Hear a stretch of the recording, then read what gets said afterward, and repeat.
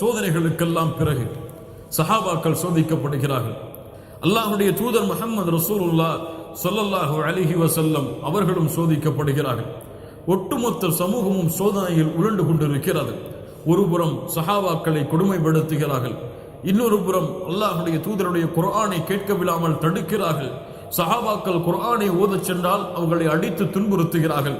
இஸ்லாமிய மார்க்கம் வளருவதற்கு காஃபிர்கள் திட்டங்களையும் சூழ்ச்சிகளையும் தீட்டிக் கொண்டிருக்கும் பொழுது அல்லாஹ்வுடைய தூதர் ஸல்லல்லாஹு அலைஹி வஸல்லம் ஒரு முக்கியமான ஆலோசனையை சஹாபாக்களுக்கு கொடுத்தார்கள். நாம் எல்லோரும் வெளிப்படையாக வணக்க வழிபாடுகளை செய்துவிட்டு மறைமுகமாக வணக்க வழிபாடுகளை செய்ய தயாராகுவோம். ஆனால் நான் மட்டும் மக்களிடையே சென்று வணக்க வழிபாட்டை வெளிப்படையாக தொடர்கிறேன். இன்னைக்கு எனக்கு அபூ தாலிப் பொறுப்பாளி, நான் குறைஷ் வம்சத்தை சார்ந்தவன், அதனால் என்னை தண்டிப்பதிலிருந்து அவர்கள் கொஞ்சம் பயந்திருப்பார்கள். எனவே நீங்கள் பாதுகாப்பாக இருக்க வேண்டும் என்ற காரணத்தால் தாருல் அர்கம் என்ற ஒரு இடத்தை நான் தேர்ந்தெடுக்கிறேன். அல் அர்கம் இப்னு அபில் அர்கம், அல் அர்கம் இப்னு அபில் அர்கம், அந்த சஹாபியுடைய ஒரு வீட்டை தேர்ந்தெடுத்து அல்லாஹ்வுடைய தூதர் ஸல்லல்லாஹு அலைஹி வஸல்லம் சஹாபாக்கள் ஒன்று கூடக்கூடிய இடமாக அந்த வீட்டை ஆக்குகிறார்கள். யார் இந்த அல் அர்கம் இப்னு அபில் அர்கம்? ஏன் இவருடைய வீடை அல்லாஹ்வுடைய தூதர் தேர்ந்தெடுத்தார்கள்? இவர் பனு மக்ஸூமுடைய கோத்திரத்தை சார்ந்தவர். யார் பனு மக்ஸூம்? மேலே இரண்டு பேரை பார்த்தோம். யாரெல்லாம்? அபூ ஜஹல், அல் வலீத் இப்னு முகைரா, பனு மக்ஸூம். ஏன் அல்லாஹ்வுடைய தூதர் அர்கமுடைய வீட்டை தேர்ந்தெடுத்தார்கள்? இதில் ஒரு ஞானம் இருக்கிறது. பனு மக்ஸூமுடைய கோத்திரத்தார்கள் அப்து மனாஃபுடைய கோத்திரத்தார்களுக்கு என்ன செய்ய மாட்டார்கள்? உதவி செய்ய மாட்டார்கள். இயற்கையாகவே உதவி செய்யாத பொழுது முஹம்மது ரசூலுக்கு உதவி செய்கிறார் எம்முடைய குலத்தில் இருந்து என்ற ஒரு சந்தேகம் அவர்களுக்கு வராது.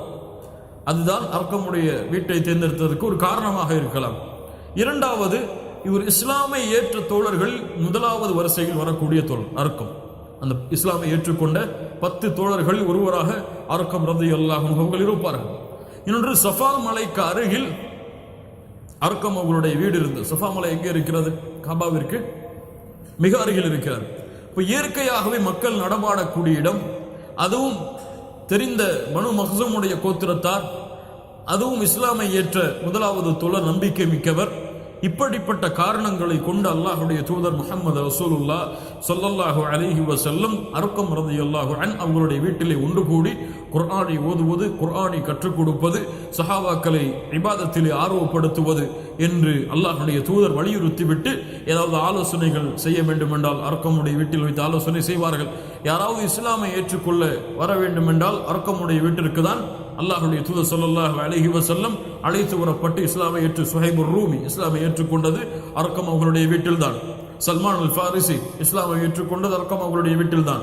உமர் இப்னுல் ஹத்தாப் இஸ்லாமை ஏற்றுக்கொண்டது அர்கம் அவர்களுடைய வீட்டில்தான். இப்படி இஸ்லாமை ஏற்கக்கூடிய சபையாகவும் அர்கம் அவர்களுடைய வீடு பயன்பட்டது. அல்லாஹ்வுடைய தூதர் ஸல்லல்லாஹு அலைஹி வஸல்லம் ஆனால் இந்த வீட்டை விட்டு வெளியே சென்று காபாவில் தான் தொழுவார்கள். அல்லாஹ்வை தவிர வேறு யாரையும் பயப்பட மாட்டார்கள். குர்ஆனை மக்களுக்கு எப்போது பார்த்தாலும் என்ன தடுப்பு வந்தாலும் என்ன தடை வந்தாலும் குர்ஆனை ஓதிக்கொண்டே இருப்பார்கள். இந்த நேரத்தில் காஃபிர்களுடைய சோதனை, காஃபிர்களுடைய சிரமங்கள் முஸ்லிம்கள் மீது பாய ஆரம்பிக்கிறது. இஸ்லாமை விட்டு எப்படியாவது இவர்களை தடுக்க வேண்டும், இல்லை என்றால் முழு மக்காவும் இந்த ஈமானை ஏற்றுக்கொண்ட சமூகமாக மாறிவிடும் என்று பயந்த காஃபிர்கள் ஏழை சஹாபாக்கள் மீது அல்லது அடிமையான சஹாபாக்கள் மீது தங்களுடைய துன்புறுத்துதலை அதிகப்படுத்துகிறார்கள். அல்லாஹ் ரப்புல் ஆலமீன் ஒரு வாசலை திறக்கிறான். அல்லாஹ்வுடைய தூதருக்கு அல்லாஹ் அனுமதி கொடுக்கிறான். சிரமப்படக்கூடிய அந்த தோழர்களை, கஷ்டப்படக்கூடிய அந்த தோழர்களை ஹபஷாவிற்கு, அபிசீனியாவிற்கு அனுப்பி வையுங்கள் என்று தூதர் முஹம்மது ரசூலுல்லாஹ் ஸல்லல்லாஹு அலைஹி வஸல்லம் அவர்களுடைய நபித்துவத்தின் 5ஆம் ஆண்டு. இந்த 5 ஆண்டுகள் அல்லாஹ்வுடைய தூதர் ஸல்லல்லாஹு அலைஹி வஸல்லம் அவர்கள் ரகசிய அழைப்பு செய்த அந்த ஆண்டுகள். அதற்கு பிறகு இருந்த இந்த 3 ஆண்டுகளும் அல்லாஹ்வுடைய தூதர் ஸல்லல்லாஹு அலைஹி வஸல்லம் அவர்கள் வெளிப்படையாக அழைப்பு பணி செய்து சஹாபாக்களுடைய அந்த சிரமங்கள், அவர்களுக்கு எதிராக நடத்தப்பட்ட சூழ்ச்சிகள், அல்லாஹ்வுடைய தூதர் ஸல்லல்லாஹு அலைஹி வஸல்லம் அவர்கள் இஸ்லாமிய அழைப்பு பணிக்காக குர்ஆனை மக்களுக்கு எடுத்து வைக்கும் பொழுது நடந்த நிகழ்வுகள், அல்லாஹ்வுடைய தூதருக்கு காஃபிர்கள் முஷ்ரிக்குகள் மூலமாக நடந்த துன்புறுத்துதல் நிகழ்வுகள், இதையெல்லாம் இதுவரை இந்த 5 ஆண்டுகள் அல்லாஹுடைய தூதர் ஸல்லல்லாஹு அலைஹி வஸல்லம் அவர்களுடைய வாழ்க்கையில் இந்த நிகழ்வுகளோடு அல்லாஹுடைய தூதருடைய வாழ்க்கை கழிகிறது. 5வது ஆண்டு ரஜபுடைய மாதம். அல்லாஹுடைய தூதர் ஸல்லல்லாஹு அலைஹி வஸல்லம் அவர்களுக்கு அல்லாஹ் ரப்புல் ஆலமீன் வசனம் இறக்குகிறான். வ அர்துல்லாஹி வாசிஆ, அல்லாஹுடைய பூமி விசாலமானது, இந்த பூமியில் பறந்து திரியுங்கள் என்று அல்லாஹ் ரப்புல் ஆலமீன் வசனத்தை அடையாளம் காட்டுவதன் மூலம் சஹாபாக்கள் இந்த ஊரை விட்டு மற்ற ஊருக்கு செல்லலாம் என்று அல்லாஹ் ரப்புல் ஆலமீன் அனுமதி அளிக்கிறான். அல்லாஹுடைய தூதர் ஸல்லல்லாஹு அலைஹி வஸல்லம் அவருடைய இந்த நிலைமையை பற்றி உம்மு ஸலமா ரலியல்லாஹு அன்ஹா, உம்மு ஸலமா யார்? ஜௌஜின் நபி, அல்லாஹுடைய தூதருடைய மனைவி. அன்னஹா காலத் லம்மா பாகத் அலைனா மக்கா, மக்கா எங்களுக்கு நெருக்கமாக ஆனது. சஹாபாக்கள் எல்லோரும் சோதிக்கப்பட்டார்கள். அல்லாஹுடைய மார்க்கத்திற்காக அவர்கள் பட்ட கஷ்டங்களும் சிரமங்களும் அதிகரிக்க ஆரம்பித்தது. அல்லாஹுடைய தூதராலும் அவர்களுடைய தோழர்களாலும் அதை தடுக்க முடியவில்லை. அப்போதுதான் அல்லாஹுடைய தூதர் ஸல்லல்லாஹு அலைஹி வஸல்லம் சொன்னார்கள், இன்ன பி அர்தில் ஹபஷா மலிகன், ஹபஷாவிலே ஒரு மலிக் இருக்கிறார், ஒரு அரசர் இருக்கிறார். லா யுத்லமு அஹதுன், அவர் யாருக்கும் அநீதம் இழைக்க மாட்டார். ஃபல்ஹகு பி பிலாதி, அவருடைய ஊரை நீங்கள் சென்றடையுங்கள். ஹத்தா யஜ்அல் அல்லாஹு லக்கும் ஃபரஜம் வ மஹ்ரஜம் மிம்மா அன்தும் ஃபீ, நீங்கள் இருக்கக்கூடிய இந்த நிலைமையை விட்டு அல்லாஹ் ரப்புல் ஆலமீன் வெளியேறக்கூடிய ஒரு வாய்ப்பை அல்லாஹ் ஏற்படுத்துவான். சஹாபாக்களுக்கு சொல்லுகிறார்கள், அல்லாஹுடைய தூதர், இப்படி ஹபஷாவிலே ஒரு மலிக் இருக்கிறார், அவரிடத்திலே செல்லப்பட்ட யாரையும் அவர் அநீதம் இழைக்க மாட்டார், அவரிடத்திலே செல்லுங்கள், அல்லாஹ் ரப்புல் ஆலமீன் ஒரு விடியலை உங்களுடைய வாழ்க்கையில் ஏற்படுத்துவான் என்று சஹாபாக்களுக்கு அல்லாஹுடைய தூதர் அறிவிப்பு செய்கிறார்கள். ஹபஷா நாட்டைச் சேர்ந்த ஒரு தோழர் அல்லாஹுடைய தூதருடைய சபையில் இருக்கிறார். அவர் யார்? பிலால் அல் ஹபஷி. பிலால் ஹபஷாவை சார்ந்தவர். ஹபஷாவுடைய நிலைமை அல்லாஹுடைய தூதர் ஸல்லல்லாஹு அலைஹி வஸல்லம் அறிகிறார்கள். ஏன் ஹபஷா, லிமாதா அல் ஹபஷா, ஏன் ஹபஷாவை அல்லாஹுடைய தூதர் தேர்ந்தெடுத்தார்கள்? அல்லாஹுடைய தூதர் அதனுடைய காரணத்தை சொன்னார்கள். என்ன காரணம்? அதனுடைய அரசர் மிக நீதமானவர். இன்னொன்று, ஹபஷாவுடைய மக்களுடைய நிலைமையை பொறுத்தவரை பல மதங்களை பின்பற்றக்கூடிய மனிதர்கள் ஹபஷாவிலே வாழ்ந்தார்கள். மதத்தை பின்பற்றுவதற்கும் பாதுகாப்பிற்கும் ஏற்ற இடமாக அல்லாஹுடைய தூதர் ஹபஷாவை கருதியதால் சுதந்திரம் மற்றும் பாதுகாப்பு இந்த இரண்டும் இருந்த காரணத்தால் அல்லாஹுடைய தூதர் ஸல்லல்லாஹு அலைஹி வஸல்லம் ஹபஷாவை நோக்கி மக்களை அனுப்பி வைத்தார்கள். அப்போ இந்த இரண்டும் இல்லாத நாட்டிலே வாழ்வது முஸ்லிம்களுக்கு அனுமதிக்கப்பட்டது கிடையாது. எதுவெல்லாம்? இஸ்லாமிய மார்க்கத்தை பின்பற்றுவதற்கு சுதந்திரம் இருக்க வேண்டும், தங்களுடைய மார்க்கத்தை ஈமானை பாதுகாப்பதற்கு பாதுகாப்பு இருக்க வேண்டும். இந்த இரண்டும் இல்லாத நாடுகளில் முஸ்லிம்கள் வாழ்வதற்கு அனுமதி கிடையாது. இப்போ இரண்டு காரியங்களும் இருக்கும் காரணத்தால் அல்லாஹுடைய தூதர் ஸல்லல்லாஹு அலைஹி வஸல்லம் ஹபஷாவை நோக்கி சஹாபாக்களை அனுப்பி வைக்கிறார்கள். யாருடைய தலைமையில்? முதல் ஹபஷாவுடைய பயணம் உஸ்மான் இப்னு அஃபான் ரலியல்லாஹு அன்ஹு அவருடைய தலைமையில் 11 அல்லது 12 ஆண் சஹாபாக்கள் 4 பெண் சஹாபாக்களோடு நடக்கிறது. முதல் ஹபஷாவுடைய பயணம் 11 அல்லது 12, கருத்து வேறுபாடு இருக்கிறது. 11 அல்லது 12 4 பெண் சஹாபாக்களோடு இந்த பயணம் நடக்கிறது. அதில் முக்கியமானவர்கள் யார்? குறிப்பாக உஸ்மான் இப்னு அஃபானுடைய தலைமையில் அப்துர் ரஹ்மான் இப்னு அவுஃப், ஜுபைர் இப்னு அவ்வாம், ஜஅஃபர் இப்னு அபி தாலிப், அபூ ஹுதைஃபா, முஸ்அப் இப்னு உமைர், அபூ சலமா, உஸ்மான் இப்னு மதுஊன். இந்த முக்கியமான சஹாபாக்கள் ருக்கையா ரலியல்லாஹு அன்ஹா, சஹலா ரலியல்லாஹு அன்ஹா, உம்மு சலமா, உம்மு அப்துல்லா அல்லது லைலா, இந்த பெண்களுடைய குழுவோடு அல்லாஹுடைய தூதர் ஸல்லல்லாஹு அலைஹி வஸல்லம் ஹபஷாவுடைய முதல் பயணத்திற்கு சஹாபாக்களை அனுப்பி வைக்கிறார்கள். இந்த பயணம் வெளிப்படையாக இருந்ததா அல்லது மறைமுகமாக இருந்ததா என்று வரலாற்றிலே பார்த்தால் சில சஹாபாக்களுடைய அறிவிப்பின்படி இந்த பயணம் வெளிப்படையாகத்தான் இருந்தது. காஃபிர்கள் இதை தடுக்கவில்லை. ஏன்? இவர்கள் அடிமைகள், இவர்கள் பலகீனமானவர்கள், இவர்கள் எங்கு வேண்டுமானாலும் செல்லலாம் என்று அனுமதித்தார்கள். ஆனால் சில சஹாபாக்கள் மறைவாகத்தான் சென்றார்கள் என்ற அறிவிப்புகள் இருக்கிறது. ஏனென்றால் உமர் இப்னுல் கத்தாப் ரலியல்லாஹு அன்ஹு மக்காவில் இருக்கக்கூடிய சிறந்த தலைவர்களில் ஒருவர். உமர் இப்னுல் கத்தாப் இஸ்லாமை ஏற்கவில்லை. உமர் இப்னுல் கத்தாப் இந்த பயணம் செய்யக்கூடிய 2 நபர்களை பார்க்கிறார்கள். யார்? உம்மு அப்துல்லா, லைலா என்று அழைத்தோம் உம்மு அப்துல்லா, ஆமிர் இப்னு ரபியாவுடைய மனைவி. அப்துல்லாவை பார்க்கிறார்கள். உமர் இப்னு கத்தாப் நம் தபரானி ரஹ்மஹுல்லாஹ் தங்களுடைய முஅஜமுல் கபீரில் இந்த ஹதீஸை பதிவு செய்கிறார்கள். உமர் இப்னு கத்தாப் ரலியல்லாஹு அன்ஹு அப்துல்லாவை பார்த்து கேட்டார்கள், ஐன யா அப்துல்லா, அப்துல்லாவே எங்கே செல்கிறாய்?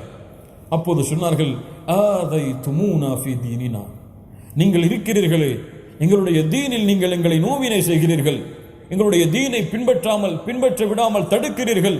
ஃபனذهபு ஃபீ அர்தில்லாஹ், அல்லாஹ்வுடைய பூமியிலே செல்கிறோம்.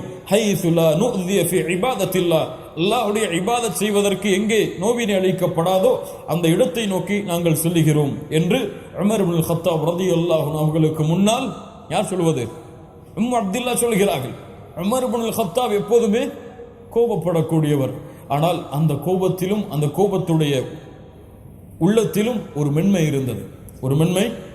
உமர் அவர்களுடைய வரலாற்றிலே அதிகமாக அறிய முடியும் எம்மால் அந்த மென்மையை பார்க்கலாம். உமர் அவர்களுக்கும் ஆச்சரியம், ஏன் இந்த மக்கள் இவர்களுடைய பேச்சுக்காக தன்னுடைய சொந்த ஊரை விட்டு, சொந்த குலத்தை விட்டு, சொந்த இருப்பிடங்களை விட்டு கிளம்பி செல்கிறார்கள்? என்ன காரணமாக இருக்கும்? அந்த பெண்ணை பார்த்து சொன்னார்கள், ஸஹிபகுமுல்லாஹ், அல்லாஹ் உங்களுக்கு தோழமையாக இருப்பான், செல்லுங்கள். ஸஹிபகுமுல்லாஹ், அல்லாஹ் உங்களுக்கு துணை புரிவான், இந்த பயணத்தை நீங்கள் தொடருங்கள் என்று உமர் இப்னு கத்தாப் ரலியல்லாஹு அன்ஹு அவர்கள் சொன்னார்கள். இதனுடைய காரணம் எல்லாம் உமர் அவர்களுடைய இஸ்லாமுடைய நிகழ்ச்சியில் நமக்கு தெரிய வரும். ஃபஜாஅனி ஸௌஜி ஆமிர் இப்னு ரபியா வருகிறார்கள். என்ன உமர் அவர்களிடத்தில் ஏதோ பேசிக் கொண்டிருந்தாயே? ஆம், உமர் வந்தார், இப்படி சொன்னேன், அவர் அல்லாஹ் உமக்கு தோழமை புரியட்டும் என்று கூறினார். அவருடைய உள்ளத்திலிருந்த மென்மையை நான் பார்த்தேன். அப்போது அவர் கேட்டார், அப்துல்லா, உமர் இஸ்லாமை ஏற்றுக்கொண்டார் என்று நினைக்கிறாயா? இஸ்லாமை மறைமுகமாக ஏற்றுக்கொண்டார் என்று நினைக்கிறாயா? அப்போது சொன்னார்கள், நஅம். ஃபகால வல்லாஹி லா யுஸ்லிமு ஹத்தா யுஸ்லிம ஹிமாருல் கத்தாப், கத்தாபுடைய குடும்பத்துடைய ஒரு கழுதை இஸ்லாமை ஏற்றுக்கொள்ளும், உமர் இஸ்லாமை ஏற்றுக்கொள்வதற்கு முன்னால். அல்லாஹ் பாதுகாப்பானா. என்ன சொல்ல வருகிறார்கள்? உமர் எல்லாம் இஸ்லாமை ஏற்றுக்கொள்வது சாத்தியமே இல்லை. யாருடைய கருத்து ஜெயிக்கும்? யாருடைய வாசல் திறக்கப்படும்? அல்லாஹ் ரப்புல் ஆலமீன் நாடினால் யாருடைய உள்ளத்தையும் அல்லாஹ் புரட்டி போடுவான் என்பதற்கு ஒரு சான்றுதான் உமர் அவர்களுடைய இஸ்லாமை ஏற்றுக்கொண்ட அந்த நிகழ்வு. ஹபஷாவை நோக்கி இந்த சஹாபாக்களுடைய படை குழு சென்றடைகிறது. அங்கே சென்று அந்த அரசருடைய பாதுகாப்பில் அல்லாஹ்வுடைய தூதர் கூறியது போலவே பாதுகாப்போடு அரவணைப்போடு அந்த சமூகம் வாழ்ந்து கொண்டிருக்கிறது. இந்த நேரத்தில் சென்ற சஹாபாக்கள் எல்லோரும் திரும்பி வரக்கூடிய ஒரு நிலைமை ஏற்படுகிறது. ஏன் இந்த திரும்பி வருதல்? எல்லா சஹாபாக்களும் சென்ற எல்லா சஹாபாக்களும் உஸ்மான் இப்னு அஃபான் அவருடைய தலைமையில் சென்ற எல்லா சஹாபாக்களும் மக்காவை நோக்கி திரும்பி வருகிறார்கள். ஏன் இந்த பயணத்தில் ஏற்பட்ட மாற்றம்? அதுவும் எப்போது? அதே வருடத்தில் ஷவ்வாலுடைய மாதத்தில், ரஜபுடைய மாதத்தில் செல்கிறார்கள். ஷவ்வாலுடைய மாதத்தில் திரும்பி வருகிறார்கள். எத்தனை மாதம்? ஷவ்வாலுக்கும் ரஜபுக்கும் நமக்கு எங்க அதெல்லாம் தெரியும்? இல்ல, மஷா அல்லாஹ் பாதுகாத்தவர்களை தவிர அரபி மாதங்கள் எல்லாம் நமக்கு என்ன தெரியும்? ரஜப், அடுத்து ஷாபான், ரமதான், ஷவ்வால். இப்போ 3 மாதம் அல்லது 2.5 மாதம். இந்த 3 மாதத்திற்கு இடையில் அல்லாஹ்வுடைய தூதர் ஸல்லல்லாஹு அலைஹி வஸல்லம் அனுப்பிய அந்த தோழர்கள் திரும்பி வருகிறார்கள். ஏன்? மக்காவிலே இருக்கும் குறைஷிகள் எல்லோரும் அல்லாஹ்வுடைய தூதருக்கு கட்டுப்பட்டு விட்டார்கள் என்ற ஒரு செய்தி ஹபஷாவை சென்றடைகிறார். யா அல்லாஹ், குறைஷிகள் எல்லோரும் இஸ்லாமிய மார்க்கத்தை ஏற்றுக்கொண்டார்கள், முஹம்மதை எதிர்ப்பதற்கு யாருமே இல்லை ஸல்லல்லாஹு அலைஹி வஸல்லம் என்ற ஒரு செய்தி ஹபஷாவிற்கு சென்றடைகிறது. என்ன நடந்தது அப்படி என்றால், மக்காவிலே அல்லாஹ்வுடைய தூதர் ஸல்லல்லாஹு அலைஹி வஸல்லம் ஒரு முறை மக்களுக்கு முன்னால் வந்து, இன்று முழு மக்காவிலே வாழக்கூடிய குறைஷிகளுக்கும் இந்த குர்ஆனை ஓதி காண்பிக்க போகிறேன் என்று ஓத வருகிறார்கள். முதலாக அல்லாஹ்வுடைய தூதர் ஒட்டுமொத்த காஃபிர்களுக்கும் குர்ஆனை ஓதுகிறார்கள். முதலாக குர்ஆனை ஓதுகிறார்கள். என்ன சூராவை ஓதுகிறார்கள்? சூரத்துன் நஜ்ம் வன் நஜ்மி இதா ஹவா என்று ஆரம்பிக்கக்கூடிய அந்த சூராவை ஓதுகிறார்கள். அல்லாஹ்வுடைய தூதர் முடிக்கிறார்கள், அஃபமின் ஹாதல் ஹதீஸி தஅஜபூன், இந்த செய்தியை கேட்டு நீங்கள் ஆச்சரியப்படுகிறீர்களா?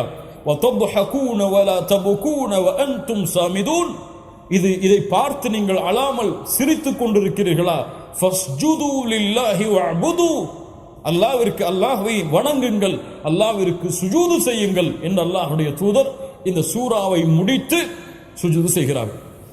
இமாம் புகாரி ரஹிமஹுல்லாஹ் பதிவு செய்கிறார்கள், இப்னு அப்பாஸ் ரலியல்லாஹு அன்ஹுமா கூறுவதாக, சஜத பின் நஜ்ம், அல்லாஹ்வுடைய தூதர் சூரத்து நஜ்மை ஓதி சஜ்தா செய்தார்கள். வ சஜத மஅஹுல் முஸ்லிமூன், அவர்களோடு யார் சஜ்தா செய்தார்கள்? முஸ்லிமூன், முஸ்லிம்கள் சஜ்தா செய்தார்கள். வல் முஷ்ரிகூன், யார் சஜ்தா செய்தார்கள்? வல் முஷ்ரிகூன வல் ஜின்னு வல் இன்ஸ். அல்லாஹ் அக்பர். முஸ்லிம்கள் சஜ்தா செய்தார்கள், முஷ்ரிக்குகள் சஜ்தா செய்தார்கள், ஜின்களும் மனிதர்களும் என ஒட்டுமொத்த அந்த இடத்தில் நின்று கொண்டிருந்த எல்லோரும் அல்லாஹ்வுடைய தூதருக்கு முன்னால், அல்லாஹ்வுடைய தூதரோடு அல்லாஹ்விற்கு சஜிதாவிலே விழுந்து விடுகிறார்கள். லா இலாஹ இல்லல்லாஹ். குர்ஆனுடைய மாற்றத்தை பாருங்கள். அதுவும் யார் ஓதுவது? முஹம்மது ரசூலுல்லாஹ் ஸல்லல்லாஹு அலைஹி வஸல்லம் அவர்களுடைய கிராஅ ஜலாலுல் குர்ஆன், அந்த குர்ஆனை அவர்களுடைய வாயில் ஓதுவதை கேட்ட சஹாபாக்கள், அங்கே இருந்த முஷ்ரிக்குகள், ஏன் குர்ஆன் அவங்களுடைய உள்ளத்தில் இருந்த பெருமையை கலட்டிவிடும், அவர்களுடைய உள்ளத்தில் இருந்த அழுக்குகளை நீக்கிவிடும். அவர்கள் பெருமையை மறந்து, குலத்தை மறந்து, அல்லாஹ்வுடைய தூதருடைய எதிர்ப்பை மறந்து அல்லாஹ்வுடைய வசனத்திற்கு கட்டுப்பட்டு எல்லோரும் சுஜூதிலே விழுகிறார்கள். இந்த செய்தி மாறி மாறி மாறி ஹபஷாவிலே வாழ்ந்த முஸ்லிம்களுக்கு எப்படி போய் சேர்கிறது? அங்கே இருந்த எல்லோரும் இஸ்லாமை ஏற்றுக்கொண்டார்கள் என்று, இஸ்லாமை ஏற்றுக்கொண்டார்கள், வாருங்கள் மக்காவை திரும்புவோம் என்று உஸ்மான் இப்னு அஃபானுடைய தலைமையில் சஹாபாக்கள் திரும்பி வருகிறார்கள். ஆனால் வரக்கூடிய வழியிலேயே தெரிந்து விடுகிறது, இது பொய்யான செய்தி, இது பொய்யான செய்தி. இப்ப என்ன செய்யலாம்? சிலர் சொல்கிறார்கள், வாருங்கள் ஹபஷாவிற்கு திரும்பி சென்று விடுவோம் என்று. சில சஹாபாக்கள் ஹபஷாவை நோக்கி செல்ல ஆரம்பிக்கிறார்கள். இன்னும் சில சஹாபாக்கள் மறைந்து மறைந்து மக்காவின் உள்ளே நுழைந்து விடுகிறார்கள். இன்னும் சில சஹாபாக்கள் குறைஷிகளுடைய பாதுகாப்பை பெற்று மக்காவிற்கு நுழைகிறார்கள். உதாரணமாக அபூ சலமா, உம்மு சலமா அவர்கள் அபூ லஹபுடைய பாதுகாப்பை பெறுகிறார்கள். முதலில் அபூ தாலிபுடைய பாதுகாப்பை பெறுகிறார்கள். அதற்கு பிறகு குலச்சண்டை நடக்கிறது. அபூ லஹபுடைய பாதுகாப்பை பெற்று மக்காவிலே இருக்கிறார்கள். உஸ்மான் இப்னு மத்ஊன், வலீத் இப்னு முகீரா, யார் சம்பவத்தில் பார்த்துட்டே இருக்கோம், பனு மக்சூமுடைய கோத்திரத்தை சார்ந்தவர். வலீத் இப்னு முகீராவை சந்தித்து, எனக்கு நீ பாதுகாப்பை கொடு என்று கேட்கிறார்கள். எனக்கு நீ பாதுகாப்பை கொடு, எனக்கு நீ பொறுப்படுத்துக, நீ பொறுப்படுத்தால் மக்காவிலே யாரும் என்னை தொந்தரவு செய்ய மாட்டார்கள். உஸ்மான் இப்னு மத்ஊன் அவர்களுக்கு வலீத் இப்னு முகீரா பாதுகாப்பராக நியமிக்கப்படுகிறார்கள். வலீத் இப்னு முகீரா பார்க்கிறார்கள், நாம் வலீத் இப்னு முகீரா அவர்களிடம் உஸ்மான் இப்னு மத்ஊன் பார்க்கிறார்கள், நாம் வலீத் இப்னு முகீராவுடைய பாதுகாப்பில் இருப்பதால் காஃபிர்கள் எம்மை தொந்தரவு செய்யவில்லை. ஆனால் பிலால் இவர்கள் போன்ற சஹாபாக்களை எல்லாம் காஃபிர்கள் தொந்தரவு செய்கிறார்களே, இதனுடைய மனதுக்கு உறுத்தமாக இருக்கிறது, நான் வலீத் இப்னு முகீராவுடைய பாதுகாப்பிலிருந்து நீங்க போகிறேன் என்று வலீத் இப்னு முகீராவை சந்திக்கிறார்கள். இப்னு அம், இப்படி நான் இடத்திலே பாதுகாப்பை கேட்டேன், நீங்களும் பாதுகாப்பை கொடுத்தீர்கள், எனக்கு இந்த பாதுகாப்பு தேவையில்லை, நீ பாதுகாப்பிலிருந்து நீக்கி விடுங்கள் என்று சொன்னார்கள். வலீத் இப்னு முகீரா சொன்னார், இப்படி பாதுகாப்பில் இருப்பதானே உனக்கு சிறந்ததாக இருக்கும், ஏன் இப்படி செய்கிறாய்? இல்லை, என்னை நீக்கி விடுங்கள். வலீத் இப்னு முகீராவும் உஸ்மான் இப்னு மத்ஊன் அவர்களும் காபாவிற்கு அருகில் வருகிறார்கள், அழைக்கிறார்கள் குறைஷிகளை. வலீத் இப்னு முகீரா சொல்லுகிறார், உஸ்மான் இப்னு மத்ஊனுக்கு கொடுத்த பாதுகாப்பை நான் நீக்கிக் கொள்கிறேன். உஸ்மான் இப்னு மத்ஊன் சொன்னார்கள், ஆம், இவர்களுடைய பாதுகாப்பிலிருந்து நான் நீங்கி விடுகிறேன், நானும் இப்போது மற்ற முஸ்லிம்களை போன்றுதான். இன்னும் பாருங்கள், மற்ற முஸ்லிம்களை போன்றுதான் என்று வலீத் இப்னு முகீரா இடத்திலிருந்து விடுதலை பெற்ற உஸ்மான் இப்னு மத்ஊன் அவர்கள் சொன்னார்கள். அதற்கு பிறகு அவர்கள் திரும்பி செல்லக்கூடிய வழியில் லபீத் என்ற ஒரு கவிஞர் அங்கே இருந்து கொண்டிருக்கிறார், வெளியூரிலிருந்து வந்திருக்கிறார் விருந்தாளியாக. லபீத் கவிதைகளை பாடுவதில் சிறந்தவர். அல்லாஹ்வுடைய தூதர் இவருடைய கவிதையில் ஒரு கவிதையை எடுத்து சொன்னார்கள். இவருடைய கவிதையிலிருந்து ஒரு கவிதையை எடுத்து சொன்னார்கள். அந்த லபீத் மக்களுக்கு கவிதையை படித்துக் கொண்டிருக்கிறார். அவர் சொன்னார், அவர் அவர் கவிதையை கூறிக்கொண்டிருந்தார், அலா குல்லு ஷைஇன் மா ஹலல்லாஹ பாத்தில், அல்லாஹுவை தவிர மற்ற அனைத்தும் மீன்தான். இவருடைய கவிதையில் சிறந்த கவிதை அல்லாஹ்வுடைய தூதர் இதை எடுத்து சொன்னார்கள் ஒரு முறை. அலா குல்லு ஷைஇன் மா ஹலல்லாஹ பாத்தில், அல்லாஹுவை தவிர மற்ற அனைத்தும் மீன்தான். உஸ்மான் இப்னு மத்ஊன் அந்த இடத்தில் நிற்கிறார்கள். அப்போது வலீத் இப்னு முகீராவும் இருக்கிறார். உஸ்மான் அவர்கள் சொன்னார்கள், ஸதக்த, ஆம், உண்மை சொன்னாய். ثم إن لبيد أنشدهم تمام البيت وكل نعيم لا محالة زائل, எல்லா அருட்கொடைகளும் ஒரு நாள் முடிந்துவிடும். எல்லா அருள்கொடைகளும் ஒரு நாள் முடிந்துவிடும். ஃபகால கதப்த, அப்போது உஸ்மான் அவர்கள் சொன்னார்கள், நீ பொய் சொல்லுகிறாய், நீ பொய் சொல்லுகிறாய். ஏன்? இன்ன நஈம அஹ்லில் ஜன்னா லா யஸூல், சொர்க்கத்துடைய அருள்கொடை முடியாது. நீ பொய் சொல்லுகிறாய் லபீது, தைரியமாக சொல்கிறார்கள். அப்போதுதான் விடுதலையாகி இருக்கிறார். மக்காவிலே அனைவரும் நின்று கொண்டிருக்கிறார்கள். அப்போது சொல்கிறார் லபீதை பார்த்து, நீ சொன்னாய் முதலிலே சரி, அது சரிதான், அல்லாஹ்வை தவிர மற்ற அனைத்தும் வீண்தான், அது சரி.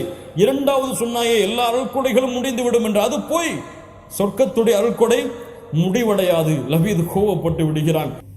இந்த செய்தி எமக்கு எதை உறுதிப்படுத்துகிறது என்றால், அல்லாஹுடைய தூதர் முஹம்மது ரசூலுல்லாஹ் ஸல்லல்லாஹு அலைஹி வஸல்லம் தங்களுடைய மக்காவுடைய அந்த காலத்தில் 13 ஆண்டு காலம் அல்லாஹுடைய தூதர் சஹாபாக்களுடைய உள்ளத்திலே விதைத்த முக்கியமான விதை சொர்க்கத்தை பற்றிய விதை. உறுதியாக அவர்களுடைய உள்ளத்திலே சொர்க்கத்தை பற்றிய ஆசைகளை, சொர்க்கத்திலே அவர்களுக்கு கிடைக்க இருந்த இன்பங்களை பற்றி அல்லாஹுடைய தூதர் அவர்களுக்கு மீண்டும் மீண்டும் மீண்டும் அறிவுரை செய்து கொண்டே இருந்தார்கள். யாசிர், அம்மார், சுமையா ரலியல்லாஹு அன்ஹும் அவர்கள் சிரமப்பட்டதை பார்த்து அல்லாஹ்வுடைய தூதர் என்ன சொன்னார்கள்? ஸப்ரன் அல யாசிர் ஃபஇன்ன மவ்இதுகுமுல் ஜன்னah, யாசிரின் குடும்பத்தார்களை பொறுமையை கையாருங்கள், உங்களுடைய தங்குமிடம் சொர்க்கமாக அமையும் என்று சொன்னார்கள். சிரமங்களை பார்த்த ஹப்பாப் அவர்களுக்கும் அல்லாஹ்வுடைய தூதர் சொர்க்கத்தை நினைவு காட்டினார்கள். கவலையோடு, பசியோடு, வேதனையோடு வரக்கூடிய எல்லா சஹாபாக்களுக்கும் அல்லாஹ்வுடைய தூதர் சொர்க்கத்திலே எமக்கு சிறந்த உறைவிடம் உண்டு என்பதை அல்லாஹ்வுடைய தூதர் நினைவுபடுத்தினார்கள். சொர்க்கத்துடைய இன்பத்தை பற்றிய ஆசைகளை, சொர்க்கம் கிடைக்கும் என்ற உறுதியை சஹாபாக்களுடைய உள்ளத்திலே விதைத்த காரணத்தால் தான் பின்னால் பார்ப்போம் ஒரு மிகப்பெரிய பாடமாகவே ஏன் சஹாபாக்கள் இவ்வளவு கஷ்டத்திற்கு பிறகும் பொறுமையை கையாண்டார்கள், பொறுமையோடு இருந்தார்கள். அல்லாஹ்வுடைய தூதரும் அவர்களால் மதீனாவுடைய வாழ்க்கையிலே இருந்த அந்த முயற்சிகளை போன்று மக்காவுடைய வாழ்க்கையிலும் முயற்சி செய்திருக்க முடியும். ஆனால் ஏன் பொறுமையை கையாண்டார்கள் என்ற ஒரு பாடத்திலே பார்ப்போம். அதிலே ஒரு குறிப்பான வரிதான் அல் ஜன்னா, சொர்க்கம். அந்த சொர்க்கத்தை பற்றி அவர்களுடைய உள்ளத்திலே ஊட்டிய அந்த செய்திகள், அந்த சொர்க்கத்திலே அவர்களுக்கு கிடைக்க இருந்த அருள்கொடைகளை பற்றி அல்லாஹ்வுடைய தூதர் கூறிய செய்திகள் அவர்களுடைய உள்ளத்தை ஆட்கொண்டிருந்தது. அல்லாஹ்வுடைய தூதர் முஹம்மது ரசூலுல்லாஹ் ஸல்லல்லாஹு அலைஹி வஸல்லம் அவர்கள் சொன்னார்கள், அல்லாஹ் ரப்புல் ஆலமீன் கூறுவதாக, அஅதத்து லிஇபாதியஸ் ஸாலிஹீன், என்னுடைய நல்ல அடியார்களுக்காக நான் தயாரித்து வைத்திருக்கக்கூடிய சொர்க்கத்தை, மா லா ஐனுன் ரஅத், எந்த கண்களும் பார்த்திருக்காது, வலா உதுனுன் சமிஅத், எந்த காதும் அதன் சப்தத்தை கேட்டிருக்காது, வலா ஹதர அலா கல்பி பஷர், எந்த மனிதனுடைய உள்ளத்திலும் அந்த சொர்க்கம் எப்படி இருக்கும் என்ற கற்பனை கூட உதித்திருக்காது. ஃபஇன் ஷிஅ்தும் ஃபக்ரஉ இன் ஷிஅ்தும், நீங்கள் விரும்பினால் ஓதிக்கொள்ளுங்கள். ஃபலா தஅலமு நஃப்ஸும் மா உஃபிய லஹும் மின் குர்ரத்தி அயுன், எந்த ஒரு உள்ளமும் அறியாது அல்லாஹ் ரப்புல் ஆலமீன் அவர்களுடைய உள்ளம் திருப்தி அடைவதற்காக சொர்க்கத்திலே தயாரித்து வைத்திருக்கக்கூடிய அருள்கொடைகளை. இந்த செய்திகள் எல்லாம் சஹாபாக்களுடைய உள்ளத்திலே ஆழமாக பதிந்திருந்த காரணத்தால் மக்காவிலே அவ்வளவு எதிர்ப்புகள் இருந்த சூழ்நிலையில் கூட வெளியூரில் இருந்து பயணமாகி வந்த லபீதுக்கு எதிராக உஸ்மான் இப்னு மத்ஊன் சத்தியம் மறுக்கப்படும் பொழுது அதை எதிர்த்து சொன்னார்கள், வகுல்லு நஈமின் லா மஹாலத ஸாயில், எல்லா அருள்கொடைகளும் முடிந்துவிடும் என்று லபீத் அவர்கள் கூறிய பொழுது, இன்ன நஈம அஹ்லில் ஜன்னதி லா யஸூல், லபீதே சொர்க்கத்துடைய அருள்கொடை முடியாது என்று உஸ்மான் இப்னு மத்ஊன் ரலியல்லாஹு அன்ஹு அவர்கள் லபீத் அவர்களை பார்த்து கூறிய உடன் மக்கா காஃபிர்கள் கோபமடைந்து விடுகிறார்கள். இப்போதுதான் விடுதலையாக இருக்கிறார் வலீதுடைய பாதுகாப்பிலிருந்து, அதற்குள் இவருக்கு இவ்வளவு திமிரா, ஒரு வெளியூரிலிருந்து நம்முடைய கண்ணியமான அழைப்பை ஏற்று வந்த லபீதுக்கு எதிராக இவர் பேசுகிறாரே என்று எல்லா குறைஷி காஃபிர்களும் உஸ்மான் இப்னு மத்ஊனை அடிக்க ஆரம்பித்து விடுகிறார்கள். அப்போது உஸ்மான் இப்னு மத்ஊன் ரலியல்லாஹு அன்ஹு அவர்களை அந்த நிகழ்வுக்கு பிறகு வலீத் அவர்கள் சந்திக்கிறார்கள். வலீத் அவர்கள் சொன்னார்கள், யா உஸ்மான், நீ என்னுடைய பாதுகாப்பில் இருந்தாய், பாதுகாப்போடு இருந்தாய், ஆனால் இப்போது அந்த பாதுகாப்பை விட்டு வெளியே சென்று இவ்வளவு சிரமப்படுகிறாயே, உனக்கு இன்னொரு வாய்ப்பையும் தருகிறேன், என் பாதுகாப்பில் வந்துவிடு. அப்போது உஸ்மான் ரலியல்லாஹு அன்ஹு சொன்னார்கள், தோழரே, நீ அறிய மாட்டாயா, என்னுடைய ஒரு கண் தான் இந்த குறைஷி காஃபிர்களால் பாதிக்கப்பட்டிருக்கிறது, என்னுடைய இன்னொரு கண் இருக்கிறது, அதனுடைய தோழமையாக அந்த கண்ணும் இவர்களால் பாதிக்கப்படுவதை என்னுடைய இன்னொரு கண் விரும்பும் பொழுது நான் எப்படி உன்னுடைய பாதுகாப்பில் வர முடியும் என்று உஸ்மான் இப்னு மத்ஊன் ரலியல்லாஹு அன்ஹு அவர்கள் சொன்னார்கள். அபூ சலமா ரலியல்லாஹு அன்ஹு உம்மு சலமா அவர்களுடைய கணவர். அபூ சலமா ரலியல்லாஹு அன்ஹு முதல் ஹபஷாவுடைய பயணத்திலே பங்கு கொண்டார். இரண்டாவது ஹபஷாவுடைய பயணத்திலிருந்து திரும்பி வரும் பொழுது அவர் மரணமாகிவிட்டார். அதற்கு பிறகுதான் உம்மு சலமாவை அல்லாஹ்வுடைய தூதர் ஸல்லல்லாஹு அலைஹி வஸல்லம் திருமணம் முடித்தார்கள். அபூ லஹபுடைய பாதுகாப்பில் அபூ சலமா அவர்கள் சென்றார்கள். இப்படி குறைஷி காஃபிர்களுடைய சில தலைமையின் கீழும் சஹாபாக்களில் சிலர் அடைக்கலமானார்கள். இந்த நேரத்தில் மறுபடியும் குறைஷி காஃபிர்களுடைய சிரமமும் கஷ்டமும் முஸ்லிம்களிடத்திலே அதிகமான பொழுது அல்லாஹுடைய தூதருடைய அனுமதி கொண்டு மீண்டும் சஹாபாக்கள் இரண்டாவது ஹபஷாவை நோக்கிய அபிசீனியாவை நோக்கிய பயணத்தை மேற்கொள்ள தயாராகிறார்கள். அந்த பயணத்திலே கிட்டத்தட்ட 82 அல்லது 83 சஹாபாக்களும் 19 சஹாபிய பெண்களும் அந்த பயணத்திலே பங்கு கொள்கிறார்கள். அல்லாஹுடைய தூதர் ஸல்லல்லாஹு அலைஹி வஸல்லம் அவர்கள் அனுப்பிய இந்த பயணத்தில் உஸ்மான் இப்னு அஃபான் முதல் பயணத்தில் சென்ற உஸ்மான் இப்னு அஃபான் அவர்களும் முஸ்அப் இப்னு உமைர் ரலியல்லாஹு அன்ஹுமா அவர்களும் அந்த பயணத்திலே குறிப்பாக பங்கு கொள்ளவில்லை. மற்ற எல்லா சஹாபாக்களும் அந்த பயணத்திலே பங்கு கொள்கிறார்கள். இந்த இரண்டாவது பயணம் சஹாபாக்கள் இந்த ஒரு சிறு குழு ஹபஷாவை வந்தடைகிறது. ஹபஷாவை வந்தடைவதை பற்றி உம்மு சலமா ரலியல்லாஹு அன்ஹா அவர்கள் பெரிய ஹதீஸாக அதை அறிவிக்கிறார்கள். சென்ற வாரம் இதை பற்றிய செய்திகளை பார்த்தோம். மீண்டும் இதை நினைவு கூர்ந்தால் இந்த வரக்கூடிய பாடத்திற்கு நமக்கு உதவியாக இருக்கும். உம்மு சலமா ரலியல்லாஹு அன்ஹா அவர்கள் சொல்லுகிறார்கள்,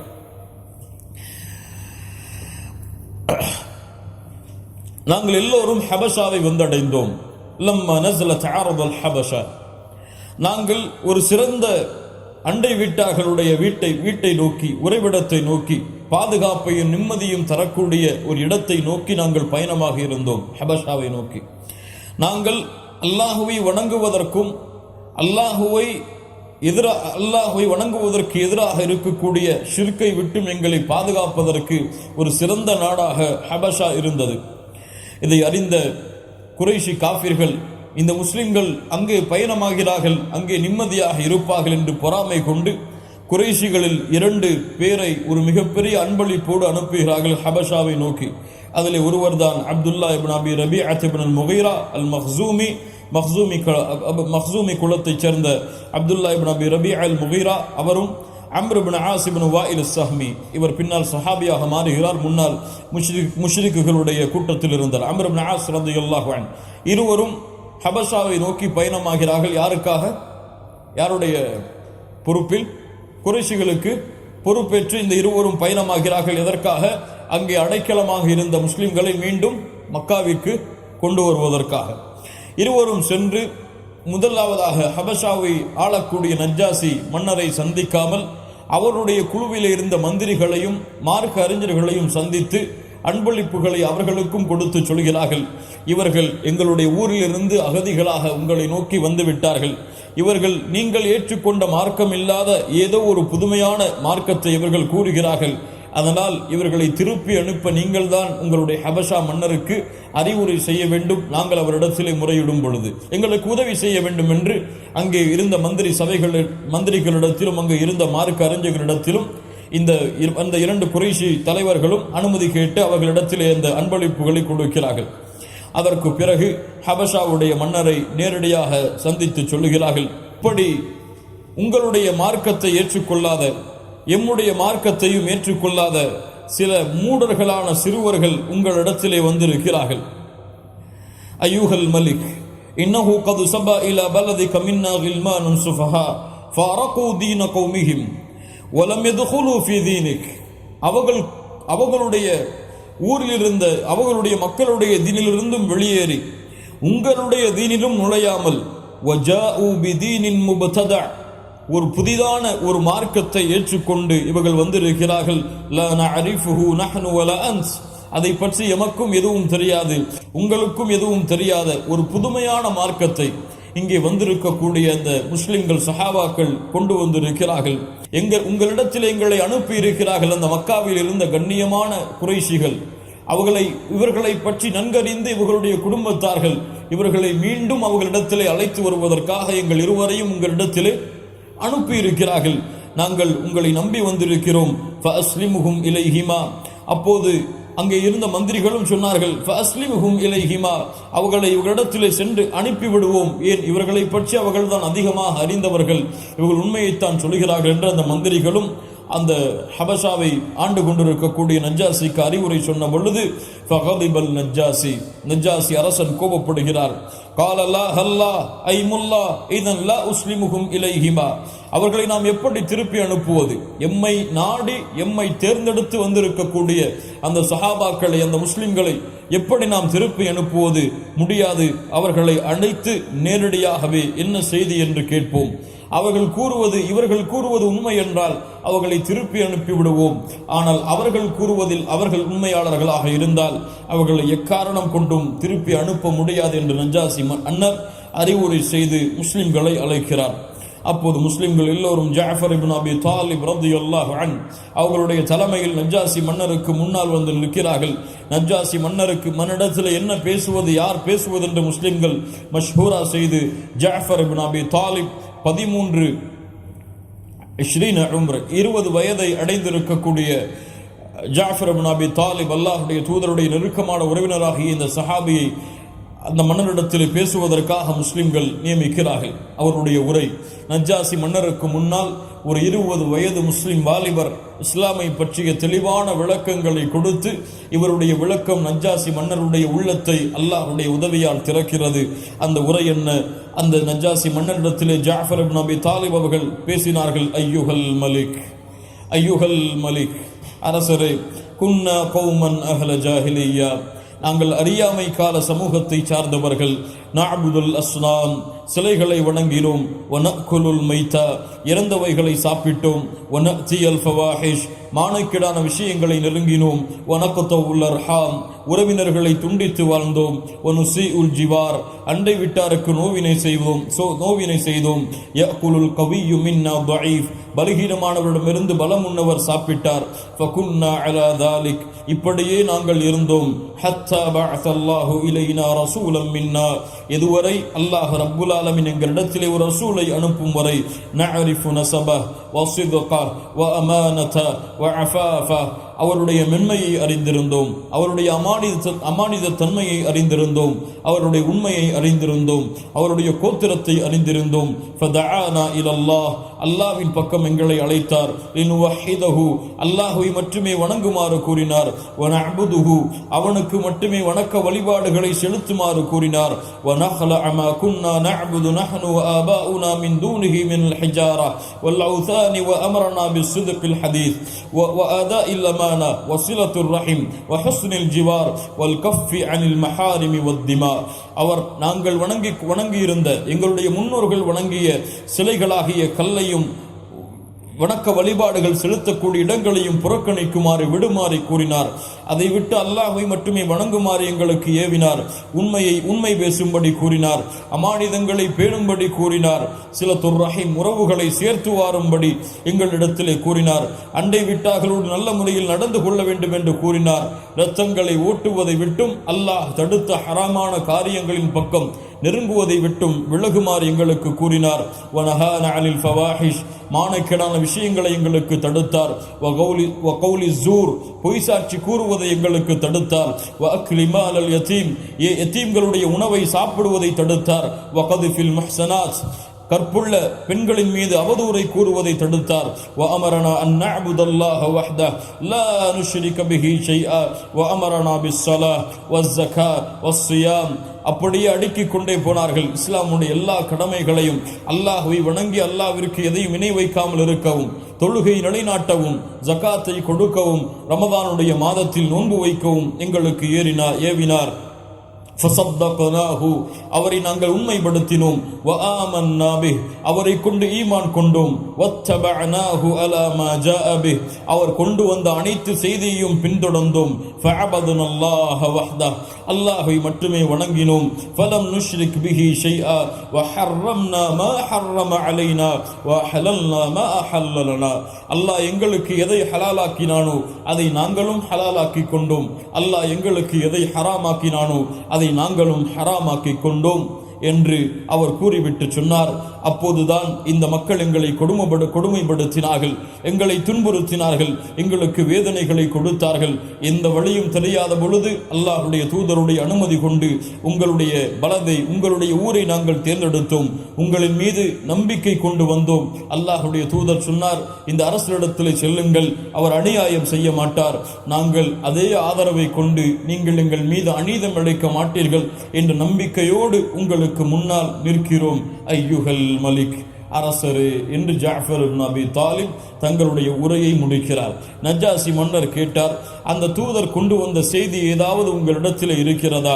ஃபகால லஹு ஜாஃபர், ஆம் இருக்கிறது. ஃபகால லஹு நஜ்ஜாசி ஃபக்ரஉ, அதை ஓதுங்கள் என்று சொன்னவுடன் ஜாஃபர் இப்னு அபி தாலிப் ரலியல்லாஹு அன்ஹு சூரத்துல் மரியமுடைய வசனங்களை ஓத ஆரம்பிக்கிறார். கஃப் ஹா யா ஐன் ஸாத் என்று சூரத்துல் மரியமுடைய வாசகங்களை ஓத ஆரம்பிக்கிறார். லா இலாஹ இல்லல்லாஹ். ஜாஃபர் இப்னு அபி தாலிபுடைய அந்த அறிவாற்றலை பாருங்கள் மூமின் பெண்களே, எப்படி அல்லாஹ்வுடைய தூதர் ஸல்லல்லாஹு அலைஹி வஸல்லம் அவர்களிடத்திலிருந்து பாடம் பயின்ற ஜாஃபர் இப்னு அபி தாலிப் அந்த நஜ்ஜாசி மன்னர் குர்ஆனில் இருந்து ஏதாவது ஓதுங்கள் என்று கேட்டவுடன் வேறு ஏதாவது சூறாவை ஓதி இருக்கலாம், கியாமத்தை பற்றி சொல்லி இருக்கலாம், முஸ்லிம்களிடத்தில் எப்படி நடந்து கொள்வது என்ற வசனங்களை ஓதி இருக்கலாம். ஆனால் நஜ்ஜாசி மன்னருக்கு எது தேவையோ, அங்கே கூடியிருந்த கிறிஸ்தவ தோழர்களுக்கு எதை தேவையோ அதையே தன்னுடைய குர்ஆன் வசனமாக மாற்றி ஜாஃபர் இப்னு அபி தாலிப் அவர்கள் அந்த நஜ்ஜாசி மன்னருக்கு முன்னால் சூரத்துல் மரியமை, ஈசா அலைஹிஸ்ஸலாம் அவர்களை பற்றிய செய்திகளை, மரியம் அலைஹிஸ்ஸலாம் அவர்களை பற்றிய செய்திகளை நஜ்ஜாசி மன்னருக்கு முன்னால் எடுத்து வைத்தார்கள். அதை கேட்ட நஜ்ஜாசி மன்னர் அழுதார், அவருடைய தாடி நனையும் அளவிற்கு அழுதார். அதை ஓதிவிட்டு சொன்னார், மூசா அலைஹிஸ்ஸலாம், அதை கேட்டவுடன் சொன்னார், மூசா அலைஹிஸ்ஸலாம் அவர்கள் கொண்டு வந்த, ஈசா அலைஹிஸ்ஸலாம் அவர்கள் கொண்டு வந்த, உங்களுடைய தூதர் கொண்டு வந்த இரண்டும் ஒரே கோட்டையிலிருந்து ஒரே இடத்திலிருந்து கிளம்பி இருந்தவைதான் என்று கூறி அந்த இரண்டு முஷ்ரிக்கான அந்த தலைமைத்துவத்திற்கு வந்திருந்த அந்த குறைஷி தலைவர்கள் இரண்டு பேரையும் பார்த்து சொன்னார், நஜ்ஜாசி அரசர், இவர்களை நாங்கள் உங்களிடத்திலே ஒப்படைக்க மாட்டோம், நீங்கள் திரும்ப சென்று விடுங்கள், ஒப்படைக்க மாட்டோம் இவர்களை உங்களிடத்தில். அப்போது இருவரும் திரும்பி சென்றார்கள். அப்போது அம்ர் இப்னு ஆஸ் ரலியல்லாஹு அன்ஹு அவர்கள் சொன்னார்கள் ரலியல்லாஹு அன்ஹு அப்துல்லா இப்னு அபி ரபீஆவை பார்த்து, நாளை ஒரு நாள் இவர்களை பற்றிய ஒரு செய்தியை நஜ்ஜாசி மன்னரிடத்தில் தெரிவிப்பேன், அதை தெரிவித்தவுடன் நிச்சயமாக அவரை இவர்களை வெளியாக்கி விடுவார், அப்படிப்பட்ட சதி திட்டத்தை நான் வைத்திருக்கிறேன் என்று அப்துல்லா இப்னு ஆஸ் அவர்கள் சொல்கிறார்கள். அப்போது அப்துல்லா இப்னு அபி ரபீஆ சொன்னார்கள், அப்படி செய்யாதே, அவர்களும் நம்முடைய உறவினர்கள் தான், இரத்த சொந்தங்கள் தான்.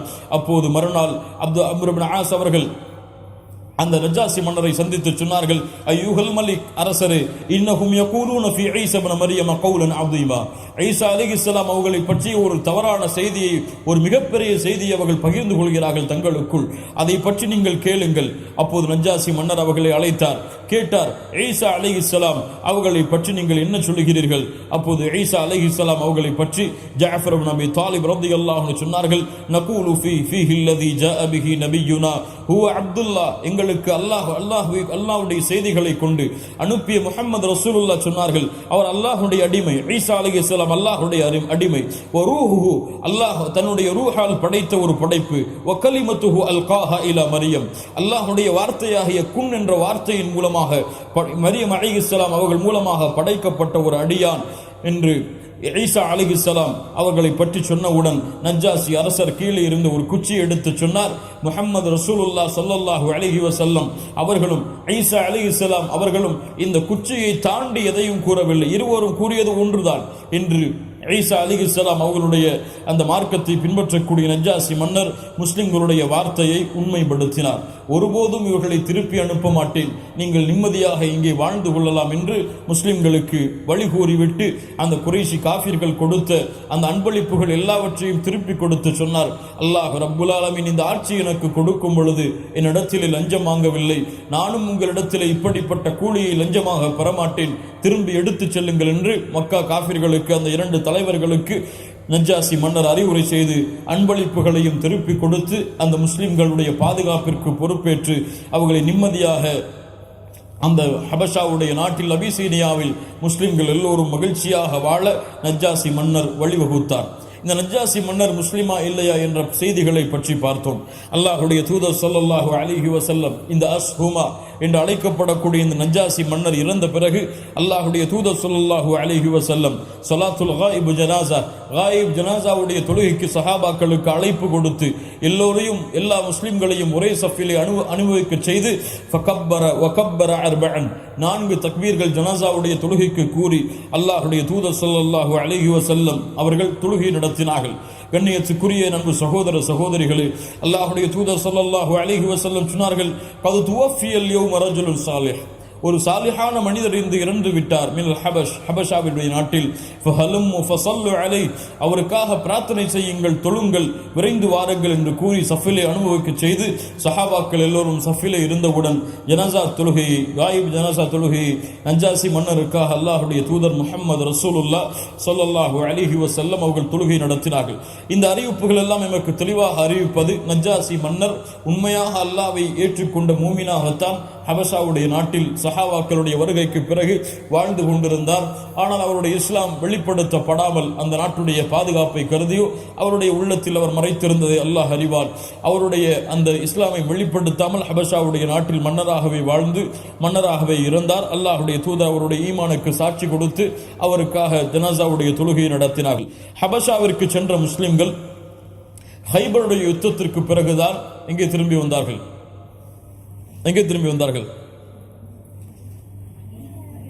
மதீனாவிற்கு திரும்பி வந்தார்கள்.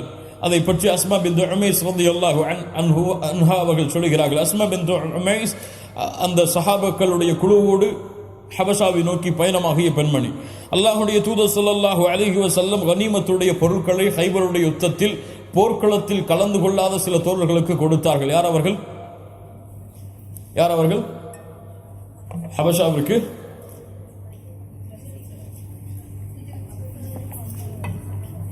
ஹபஷாவிற்கு ஹிஜ்ரத் செய்த சஹாபாக்கள் போர்க்களத்திலே கலந்து கொள்ளவில்லை என்றாலும் அவருடைய ஹிஜ்ரத்தை கண்ணியப்படுத்துவதற்காக அல்லாஹ்வுடைய தூதர் ஹைபருடைய யுத்தத்தில் பெற்ற கனிமத்துடைய பொருட்களை பங்கு வைத்தார்கள். அஸ்மா பின்த் உமைஸ் ரலியல்லாஹு அன்ஹா, ஹஃப்ஸா ரலியல்லாஹு அன்ஹா அவர்களுடைய வீட்டில் ஒரு முறை வருகிறார்கள். அப்போது யார் வருகிறார்? உமர் இப்னுல் கத்தாப் ரலியல்லாஹு அன்ஹு அவர்கள் வருகிறார்கள். அப்போது அஸ்மா பின்த் உமைஸ் அவர்களை பார்த்து இவர்கள் யார் என்று கேட்டார்கள். அப்போது இவர்கள் அவர்கள் என்று சொன்னவுடன் கேட்டார்கள், قال عمر الحبشيه هذه البحريه هذه, கடலிலே பயணம் செய்த ஹபஷியாவை சேர்ந்த ஹபஷாவிற்கு பயணம் செய்த பெண்ணா இவள்? فقالت அஸ்மா, அஸ்மா அவர்கள் சொன்னார்கள், நஅம், ஆம் நான் தான். உமர் ரலியல்லாஹு அன்ஹு சொன்னார்கள், சபக்னாகும் ஃபில் ஹிஜ்ரா ஃபனஹ்னு அஹக்கு பிரசூலில்லாஹ், உங்களை விட நாங்கள் ஹிஜ்ரத்திலே முந்திவிட்டோம், மதீனாவிற்கு நாங்கள் தான் அல்லாஹ்வுடைய தூதருக்கு மிக உரித்தானவர்கள். ஃபகதிபத், அஸ்மா ரலியல்லாஹு அன்ஹா கோபமடைந்து விடுகிறார்கள். வகாலத் கலிமத்தன் கதப்த யா உமர், உமரே நீங்கள் பொய் கூறுகிறாய், நீங்கள் பொய் சொல்கிறீர்கள். கல்லா வல்லாஹ் குன்தும் மஅ ரசூலில்லாஹ் யுத்இமு ஜாஇக்கும் வ யஇது ஜாஹிலக்கும், அல்லாஹ்வுடைய தூதர் உங்களுக்கு உணவளித்தார்கள், உங்களுடைய அறியாமையிலே இருந்தவர்களுக்கு அல்லாஹ்வுடைய தூதர் இல்மை கொடுத்தார்கள், அல்லாஹ்வுடைய தூதரோடு நீங்கள் வாழ்ந்தீர்கள். ஆனால் நாங்களோ வெகு தூரமாக இருக்கக்கூடிய வெறுப்புகளும் தூரமும் உடைய ஊரிலே நாங்கள் வாழ்ந்து கொண்டிருந்தோம். வெறுப்புகள் உடைய நாடென்றால் சலமா அவர்கள் சொன்னார்கள், நாங்கள் நிம்மதி அளிக்கக்கூடிய இடத்திலே வாழ்ந்தோம் என்று. இங்கு அஸ்மா ரலியல்லாஹு அன்ஹா சொல்கிறார்கள், நாங்கள் வெறுப்புடைய பூமியில் வாழ்ந்தோம் என்று. என்ன அர்த்தம்? அஸ்மா ரலியல்லாஹு அன்ஹா அதை குறிப்பிடுகிறார்கள், அங்கே இருந்த கிறிஸ்தவர்களையும் யூதர்களையும் குறிப்பிடுகிறார்கள். அஸ்மா ரலியல்லாஹு அன்ஹா சொன்னார்கள், ஆம் நாங்கள் வெறுப்புடைய தூரமுடைய நாடில் வாழ்ந்தோம், நீங்கள் அல்லாஹ்வுடைய தூதரோடு வாழ்ந்தீர்கள், உங்களை விட நாங்கள் தான் அல்லாஹ்வுடைய தூதருக்கு உரித்தானவர்கள். இல்லை, நான் அல்லாஹ்வுடைய தூதரிடத்தில் இந்த செய்தியை கொண்டு சென்றே தீருவேன் என்று அல்லாஹ்வுடைய தூதர் ஸல்லல்லாஹு அலைஹி வஸல்லம் இடத்தில் அஸ்மா ரலியல்லாஹு அன்ஹா கொண்டு சொல்கிறார்கள், யா நபி அல்லாஹ் இன்ன உமர قال وكذا وكذا, உமர் இப்படி சொல்கிறார், அல்லாஹ்வுடைய தூதரே அவர்தான் உங்களுக்கு ஹிஜ்ரத்திலே முன்னால் சென்று விட்டோம் என்ற காரணத்தால் உங்களுக்கு மிக நெருக்கமானவர்கள் அவர்கள்தான் என்று சொல்கிறார்கள். அப்போது அல்லாஹ்வுடைய தூதர் ஸல்லல்லாஹு அலைஹி வஸல்லம் சொன்னார்கள், லைஸ பிஹக்கி பி மின்கும், உங்களை விட அவர்கள் எங்களுக்கு மிக உரித்தானவர்கள் கிடையாது. வலஹுலி அஸ்ஹாபிஹி ஹிஜ்ரா வாஹிதா, அவர்களுக்கும் அவர்களை சார்ந்தவர்களுக்கும் உமர் அவர்களுக்கும் அவர்களை சார்ந்தவர்களுக்கும் ஒரே ஒரு ஹிஜ்ரத் தான். வலக்கும் அன்தும் அஹ்லஸ் ஸஃபீனா, கடலிலே பயணம் செய்து கப்பலிலே பயணம் செய்த உங்கள் எல்லோருக்கும் ஹிஜ்ரத்தான், 2 ஹிஜ்ரத் இருக்கிறது. ஒன்று ஹபஷாவை நோக்கி பயணம் செய்த ஹிஜ்ரா, இன்னொன்று மதினாவை நோக்கி ஹிஜ்ரத் செய்த ஹிஜ்ரா. இந்த 2 ஹிஜ்ரத்திற்கு உரித்தான நீங்கள் தான் அவர்களை விட எங்களுக்கு உரித்தானவர்கள் என்று அல்லாஹ்வுடைய தூதர் ஸல்லல்லாஹு அலைஹி வஸல்லம் மேலும் அவர்களுடைய கண்ணியத்தை உறுதிப்படுத்தினார்கள்.